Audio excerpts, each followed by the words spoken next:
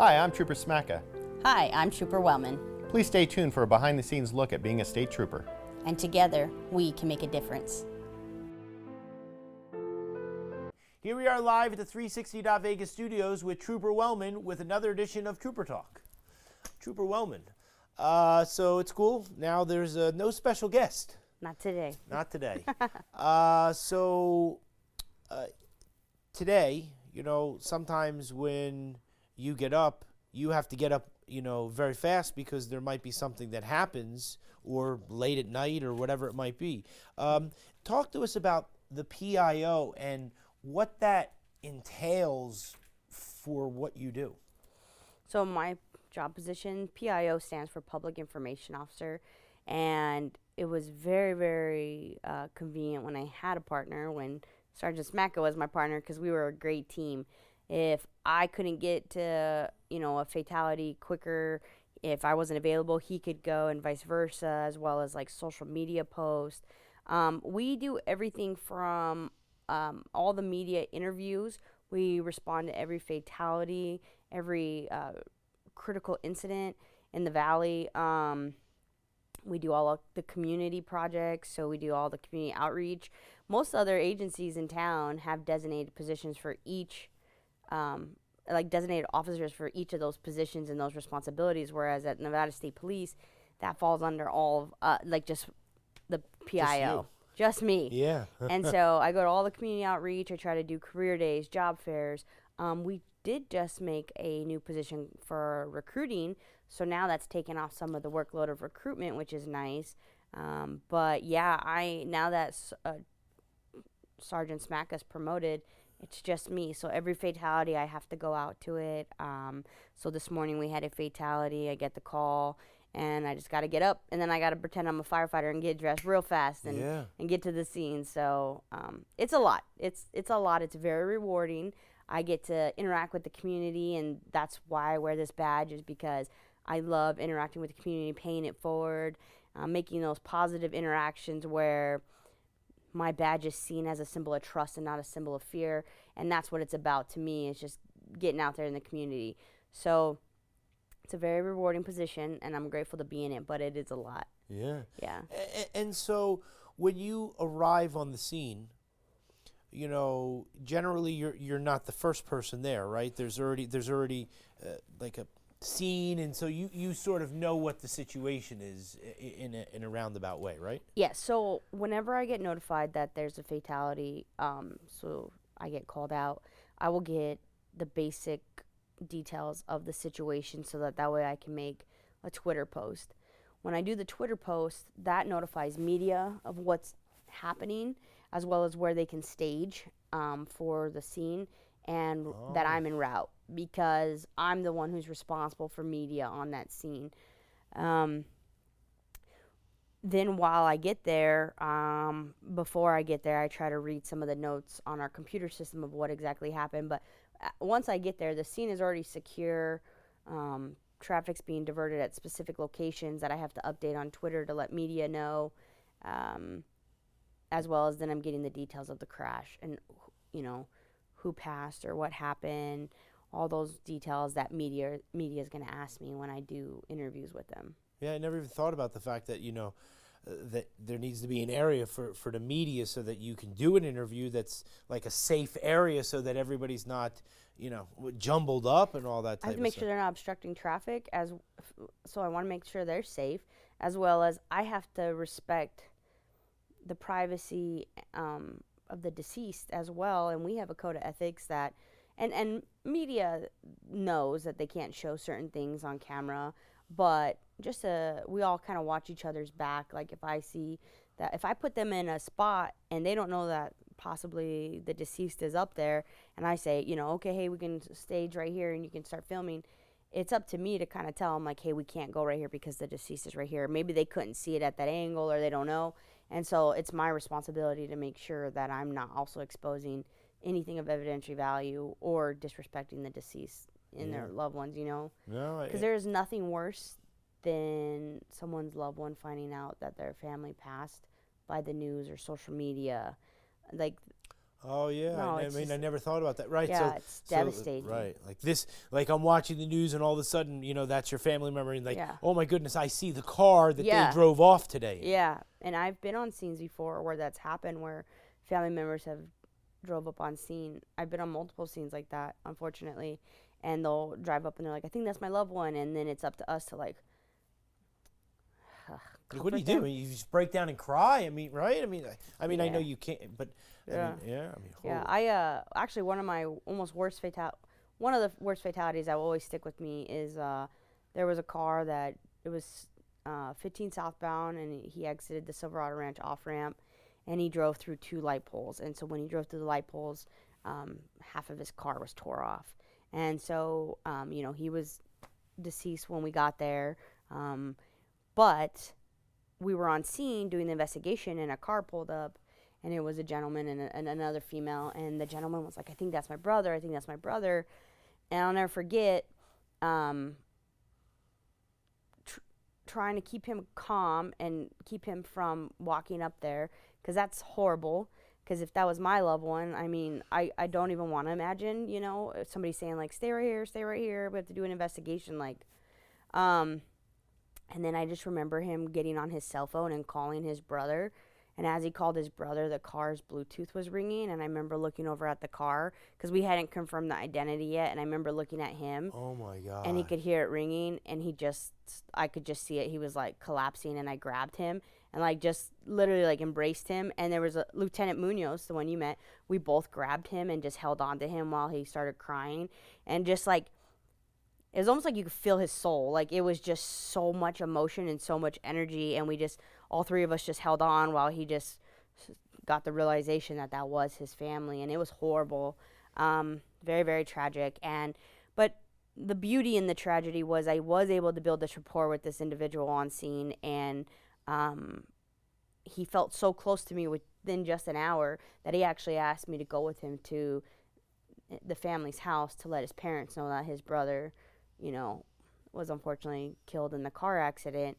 And so I had to go do that, the death notification, everything. And I had never done that before because that's not really typical responsibility for a state trooper. The coroner's office usually does that, or local law enforcement will do that with the coroner's office. So that was different for state police to go do that.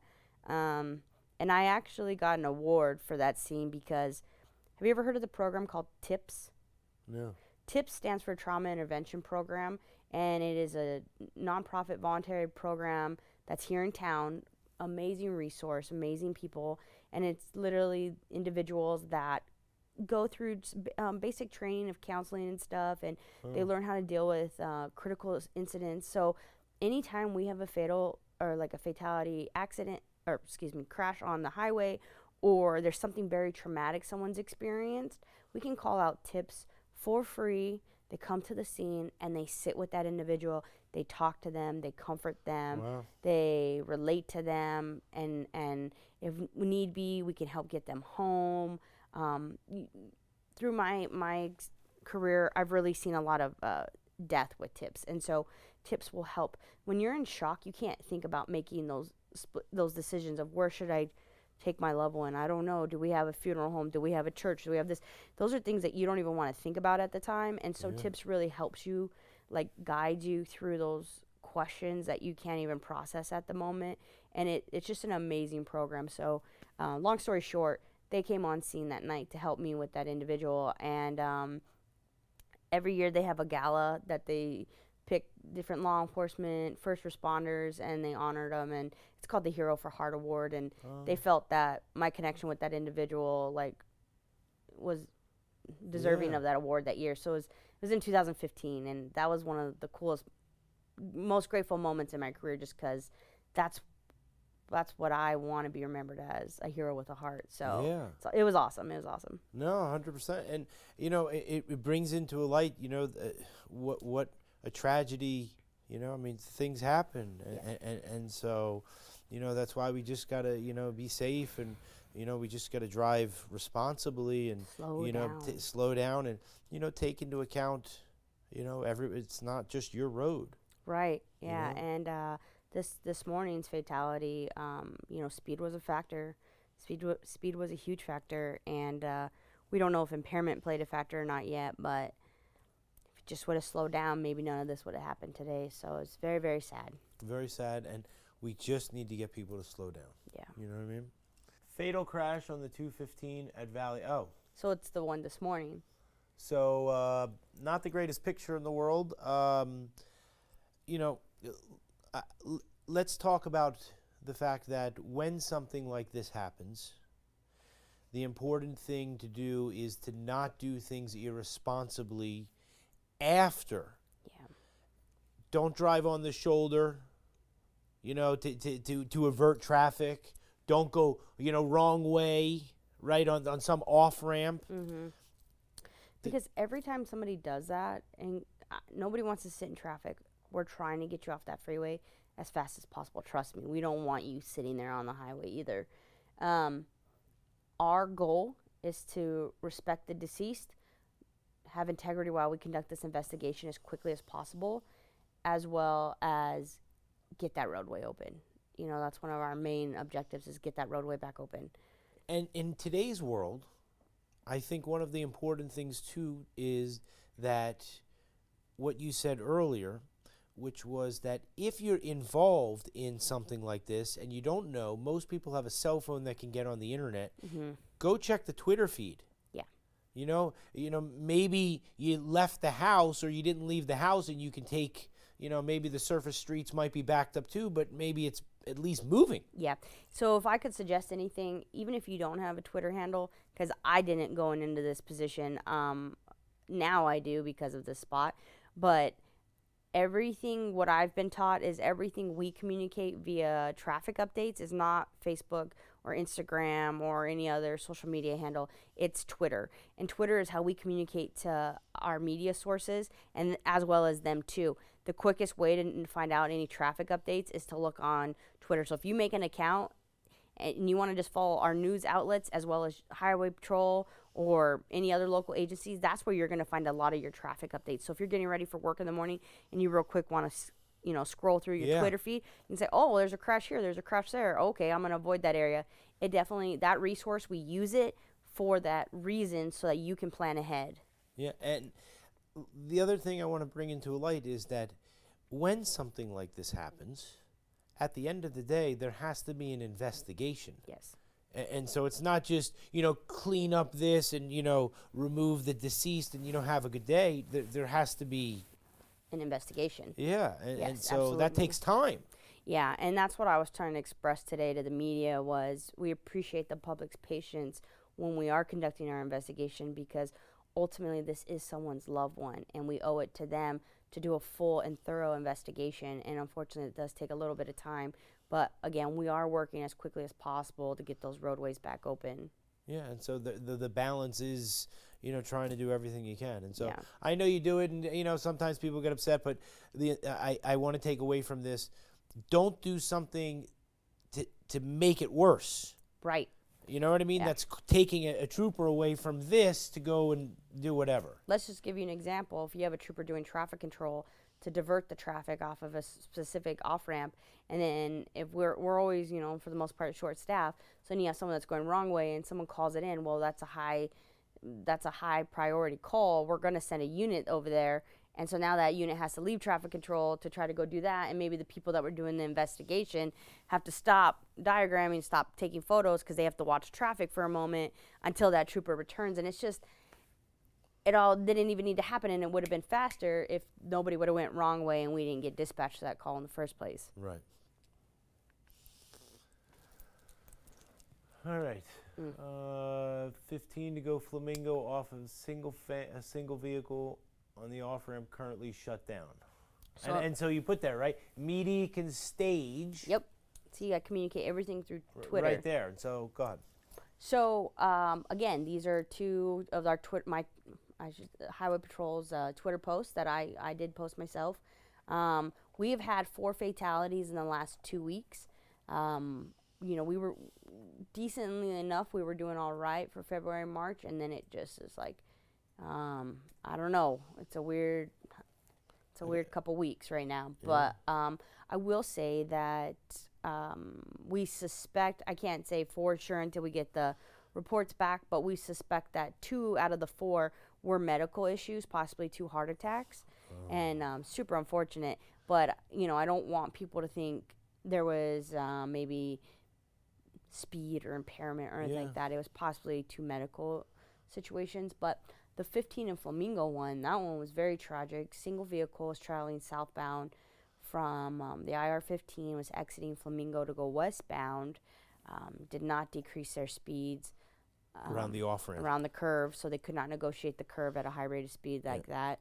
Ran off the road left and went head-on with a structure beam for the pedestrian bridge right there. And the individual was a male adult, and he was pronounced deceased on scene. And it's just very tragic, very sad.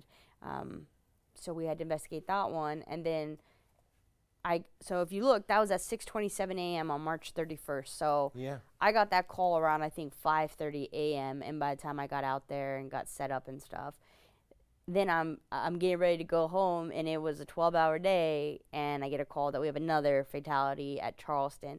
So I gotta drive over there. And this is one of those situations that if I had a partner, it would have been very helpful for that day. So it was a very long day for me. I think I worked like 14 or 15 hours that day, because I have to go to every scene. But so that one I didn't have to say I was en route, because I was already there when I got there. But that one, we are suspecting it was possibly a medical episode. It was a motorcycle, was riding westbound on Charleston, and wasn't traveling at a high rate of speed, and for unknown reasons failed to maintain his lane. He was in the far left, and he just abruptly steered right into the wall, and then kind of bounced back, and then got ejected off his bike because of smacking the wall and stuff. And then he was transported to the hospital. He wasn't pronounced deceased on scene. He was transported to the hospital, but we are suspecting possibly maybe a heart attack or something, because it was just, per witnesses and through the investigation, it just was kind of leading to that. And so, we obviously, when it comes to the medical thing, it's a tragedy. Yes. You know what I mean? Yeah. And so we just, I guess in that instance, go to the doctors. You know what I mean? Yeah, Make sure if you don't feel well. okay, don't get behind the wheel or don't get on your motorcycle. Yes, exactly. Yeah, that's a good thing. If you don't feel well, just go to the doctors or stay at home or something like that. Yeah. Ah, there you are. Nevada State Police, 2 testing events. Yes. So we have 2 coming up, April 29th and April 30th, both in California. And that recruitment spot I told you about, that's Trooper McFadden. I'm going to bring him on the show for you because he's great. He is our recruiter, and he will be at both of those events. If you ever have that need, I always say it, to protect and serve your community, now's the time. NevadaStatePolice.com. Walk-ins are welcome. Yeah. We're offering, I believe, certain incentives for lateral sign-on bonuses. I mean, we're just like any other agency right now. Everybody's hiring because everybody's in a need for law enforcement. But, some of our incentives is we have our take-home car, and not many other agencies offer that. And especially with gas prices right now, it's a huge incentive to have a take-home car. You literally sign on from your driveway, and so you don't have to drive to the office. You don't have to change out. You get to go straight to work from your house. So very, very convenient in different ways.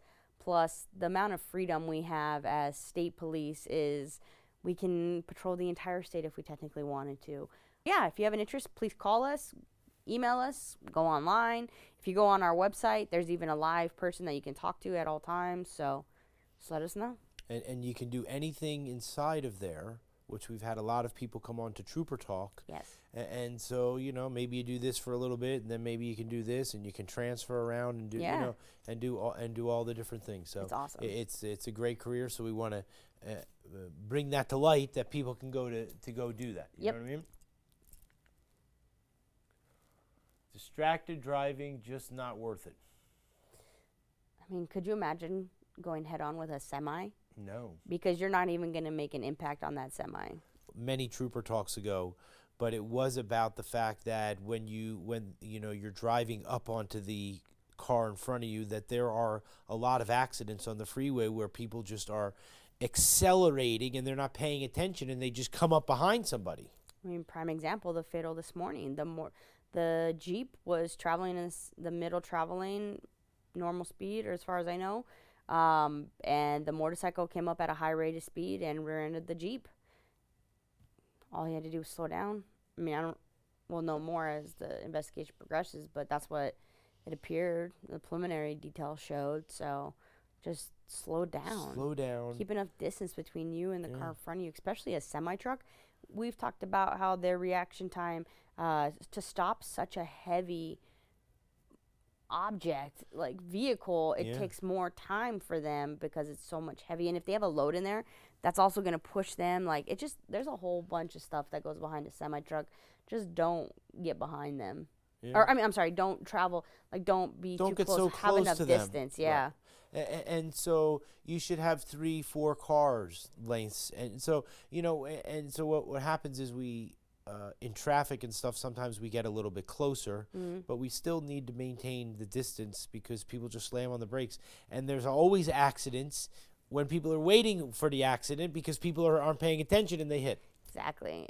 If anything, if you're going to be getting closer to a vehicle, you need to decrease your speed, because if you're going to keep traveling at speeds like that, then you need to increase your distance. Something has to give, otherwise you're going to make contact. Yeah. So from April 1st through April 11th, it is our joining forces. We have joining forces throughout the year. It's a grant that's funded by the Office of Traffic Safety, Zero Fatalities, where multiple agencies will partner up, join forces, and they will focus on a specific traffic safety initiative, but they're still enforcing all traffic laws and they're still educating the motoring public on traffic safety. But for example, April 1st through April 11th, they're focusing on distracted driving. So they're out there in numbers, and they're really looking for people on their cell phone, not paying full attention, maybe messing around with their GPS, messing with the radio, failing to maintain their traveling, who knows. But they're really focusing on distracted driving right now, as well as all the other traffic violations, reckless driving, speed, impairment, you name it. So they're out in numbers. And I was going to say that, when you don't realize that you're driving, and then to look down at the radio or to change something, that 3 or 4 seconds, that a lot of things can happen. And I always come back to, on the highway once I saw a chair in the middle of the road. And so all of a sudden you're just not paying attention, and these objects are very fast at you. All of our cars, majority of cars nowadays, are equipped with, obviously newer technology. And something as simple as the radio buttons on the steering wheel. Yeah. Yes, they are made for convenience, but ultimately that is for your safety. So that way you don't have to take your eyes off the road. And so if you click through your radio, you can keep your eyes on the road, as well as, like, you might glance at your radio and look back, but you don't have to focus and this and that. Most cars don't even have CD players anymore. Yeah. They've taken that obstacle out. Right. You could go on, and ultimately it's all for our safety. Even majority of cars have where their display actually goes on your windshield, so you can see your speedometer and stuff to really make you slow down. And all these things are in place for your safety. So distracted driving, it's very important, and that causes accidents. Yes. So when it comes to the daylight savings time, they've been trying to change it where we don't have daylight savings time and all this type of stuff. But at the end of the day, now is the time where the sun is very different in the morning and in the evening. And I've noticed even the clouds, because sometimes with the clouds and all of a sudden it's sunny and then it's not sunny. And so the question is, do you wear the sunglasses? Do you not wear the sunglasses? One time you're and so it's very difficult for me. And so one of the things when it comes to the daylight savings time is that it's very difficult because the night is coming quicker, and you know what I mean? And so I think that people are more apt to want to drive faster, and so anyway, that's what my synopsis. I had, and being somewhat new to this spot now, a little over a year, I had a reporter ask me, because we were seeing a couple fatalities when we had daylight savings and spring forward, so when we changed the clocks forward.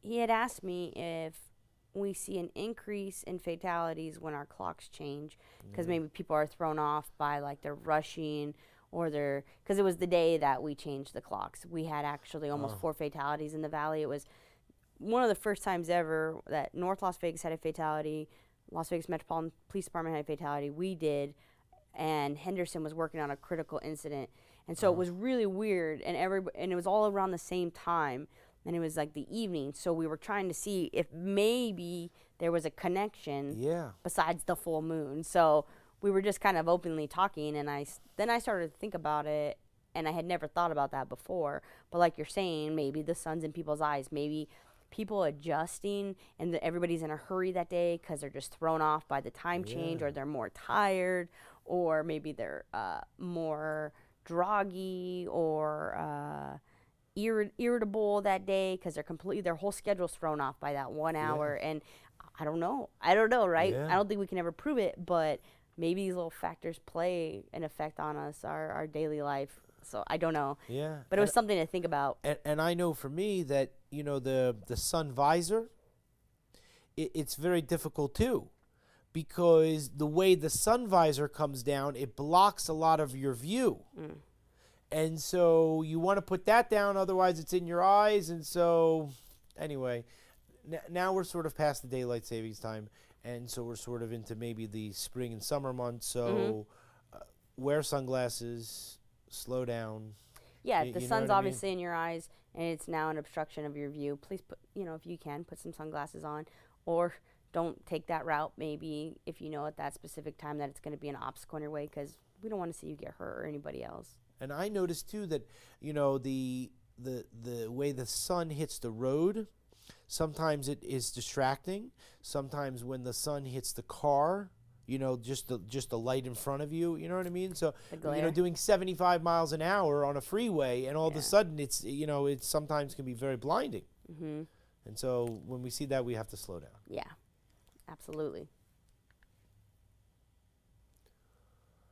Donate Life Month.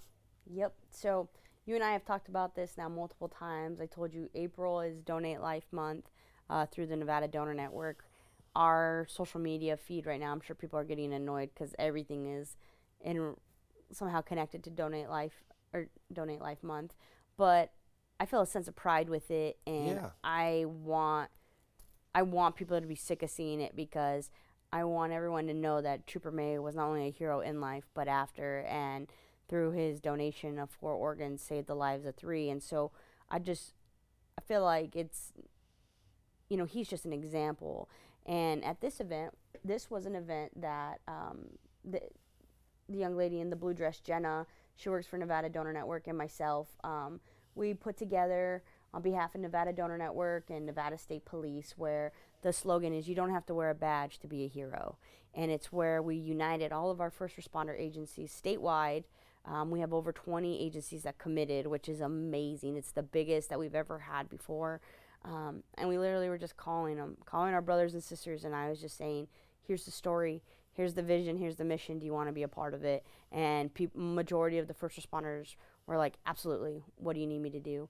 And so what we're trying to do now is you're going to see at different community events through all the first responder agencies, you're going to see a donor network tent pop up. Yeah. And you'll see a lot of us out there from other agencies that are there to support each other as well as the donor network. And it's where all of us first responders have come together to raise awareness and really support the mission, and get people to register to be organ donors so they too can help individuals in need. And there's currently nationally, there's 106,000 people waiting right now on the list for organs. And so it's just like a great cause. And and when we were out at the car show when they were there, they had all the stuff, and they were really nice, and you know what I mean. It's really fantastic. I think that it opens the eyes up to somebody who might have a question.